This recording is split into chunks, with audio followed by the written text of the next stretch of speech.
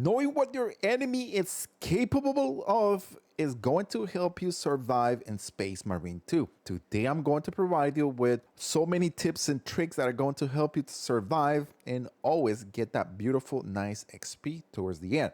So let's dive into this video. One of the biggest mistakes and also the best tip I can give you is know who is playing with you. Gotta find out exactly what classes are playing with you. Either a sniper, either gonna be the heavy class, is a vanguard, assault, whatever class it is, and always check on their perks. If you guys don't know how to check this, very easy.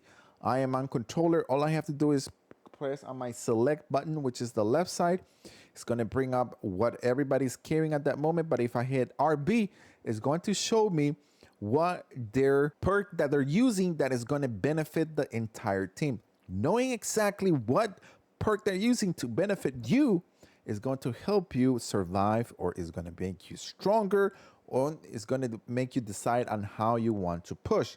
So let me know in the comment section below if you guys knew this. Now, another thing that you need to do is take down elites the fastest way possible. I've seen it so many times within our run with a lot of different people, and I've noticed that they go for the little guys. No, that's the biggest mistake you can do.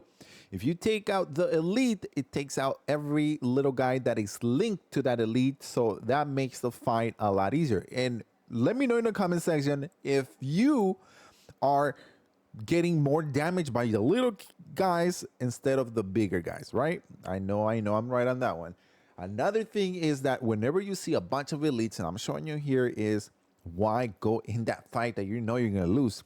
Just use your grenades, use your guns to be able to soften them up. Once you soften them up with, then you can go and use your ability, go for the kill, and then you're going to be able to take them down a lot easier because all of those have shield. If you don't take down the shield, then you're with weapons, then when you go into melee with the fighting with melee weapons, it's gonna take you a lot longer, and the survivability is gonna dip a lot. Basic stuff is parrying and dodging. I know probably if you're probably playing this game, and if you haven't played like a Souls type of game or something similar, or Wukong, then you're not used to parrying. If you're not parrying or dodging, you're gonna die a lot. Parrying at the perfect moment is gonna help you get out of trouble, because as you're able to see there, when you parry and you kill the enemy, it's gonna crush a few enemies along the way. It's also gonna evade you from being struck at the wrong time, and then if a bunch of the enemies get you at the wrong time, you're going to die too quickly. Now, managing your steams, managing your shield is what's going to put you over the top. Just because you have two steams doesn't mean you're going to be using one. My pro tip here is hold on to it because you have other two guys. So if you're fighting with other two guys, you know if you go down, they're going to help you and they pick you up, right? But at the same time, you got to manage it, when to push and when to use your stims. But if you're using your stims because you think you're halfway and you just want to be full, you're wasting the stims. You're not using it the best way that is going to benefit the team. Even though you're being a little bit selfish by holding back towards the end, you're going to see this entire clip that I'm going to show you. When I'm fighting a boss, I had two stims and I was holding the gen seat at the same time, and I had a hair left on my health, and I was able to use all those stims. But because I was able to use them and apply all these tips that I'm showing you, like dodging, parrying, and all of that stuff, I was able to survive almost half of the fight on just a hair line of health, which was crazy. Next thing is use your ability. Use it all the time. See what in your perks is going to allow for your ability to come back faster and faster. I have a few things in my perks that allow me to, if I use my ability and I hit any elite or I hit any enemy, my ability is going to come back a little faster each time, which benefits me a lot because I can always soften the enemy with gunshots and then go for the kill with the ability.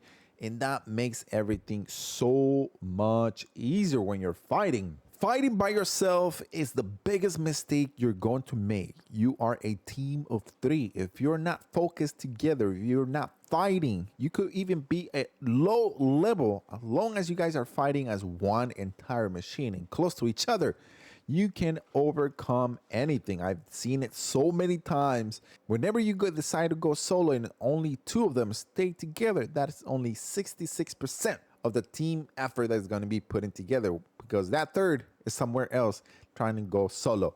Whenever you find the gen seed, always communicate, hey, I got the gen seed, because everybody's going to get happy. Trust me. You're either going to get minimum 185 if you play minimal, but if you are on a higher level, you can go from 285 to 300, 400, 500 extra XP. And who doesn't want that XP? So then your way that you're going to be able to play just becomes differently. You're going to hold back a little bit, but at the same time, you're going to be able to support your team with gunfight, but also keep moving with the team. Doesn't mean that you're going to stay far, far away. Just be there for them to be able to support them so they are able to take down all the other enemies. Whenever you are fighting a boss, and this is the biggest mistake you probably are going to be making, is make sure you know A, their weakness, and B, their strength. Such as this enemy, which is the Hive Tyrant. This guy, biggest strength is that he's going to throw those waves of electroshock. If you get hit once, that's it. You're going to go down, because the next one's going to hit you and the next one's going to hit you. So make sure you are dodging that just in time and just keep dodging them. As long as you know his strength, you're going to overcome that and make that his weakness at the same time. You're always in a boss fight, not just fighting a boss, but you're also supporting your team. If you're not doing both, you're going to lose. As you're seeing here in this clip, my health is at a hair for me going down completely, losing the gen seed, and pretty much everything's just gonna go down the drain. But I was able to apply all those different tips that I'm providing you with. By me throwing those 2 grenades, I was able to support the other guy that was going to pick up the guy that was down. That allowed him to pick up their teammate and provided us with more survivability. And then eventually we just took down the enemy at the end. And that is, if you're able to apply all these different tips, trust me, you can overcome any difficulty and you're going to be able to become successful in the game. Hopefully this video did help you guys a lot. If I missed anything, let me know in the comment section below, and we'll see you guys on the next video.